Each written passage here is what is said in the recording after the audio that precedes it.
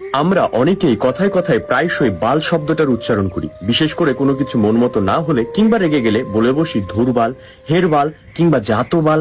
কিন্তু আপনি জানলে অবাক হবেন যে আমরা বাঙালিরা যে বাল শব্দটার উচ্চারণ করি তার মানে কিন্তু আসলে চুল নয়, যা হিন্দি শব্দ থেকে এসেছে, বরং বাল শব্দটা এসেছে ইতিহাস থেকে মুছে যাওয়া একটি দেবতা থেকে। আসেন জানি বিস্তারিত।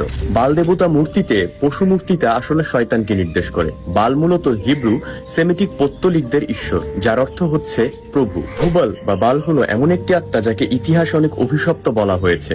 প্রাচীনকালে এই শব্দটি স্বামী অর্থে ব্যবহৃত হতো, তবে বৈশিষ্ট্যগতভাবে লেবাননের ফিনিশিয়ান অঞ্চলের জনগণের সবচেয়ে খারাপ পুরুষ দেবতার নাম ছিল বাল।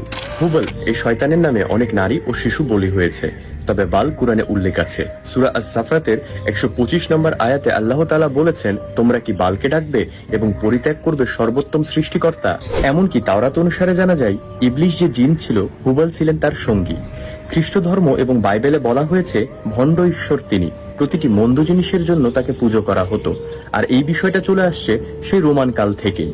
এমনকি এই বাল দেবতা ইহুদি ধর্মে একটি গুরুত্বপূর্ণ আচারও বটে। বাল দেবতার কয়েকটি রূপ পাওয়া যায়, তার মধ্যে অবাক করার মতো রূপ হলো এই একটি রূপ, যা সামেরি নির্মিত গরু।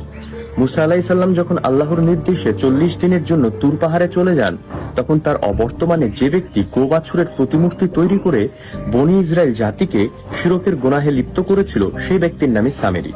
সে ছিল মুসা আলাইসাল্লামের যুগের সবচেয়ে বড় মুনাফিক। সামেরি নির্মিত গরুর 2 শিংয়ের মাঝখানে সূর্য, যা কিনা মিশরীয় দেবদেবীগণের মাথায়ও ছিল। কোরআনে শয়তানের কোনো বর্ণনা নেই, তবে হাদিসে বর্ণিত বিশেষ সময়ে সূর্যের 2 শিংয়ের মাঝখানে চলে আসার সাথে আশ্চর্য রকম মিল পাওয়া যায় এই দেবতার। আর বাইবেলের চিত্রগুলোতে লুসিফার মানেই তো 2 শিংওয়ালা একজন, যার ফলে সকল ধর্মীয় গ্রন্থের ভিত্তিতে এটা প্রমাণ হচ্ছে যে হুবাল হচ্ছে শয়তান।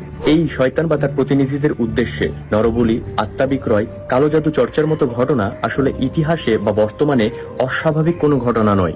যার ফলে এই ভিডিওটি দেখার আগ পর্যন্ত যারা না জেনে এই বাল শব্দটার উচ্চারণ করতেন, আশা করছি এই ভিডিওটি দেখার পর থেকে এই শব্দটি উচ্চারণ থেকে বিরত থাকবেন।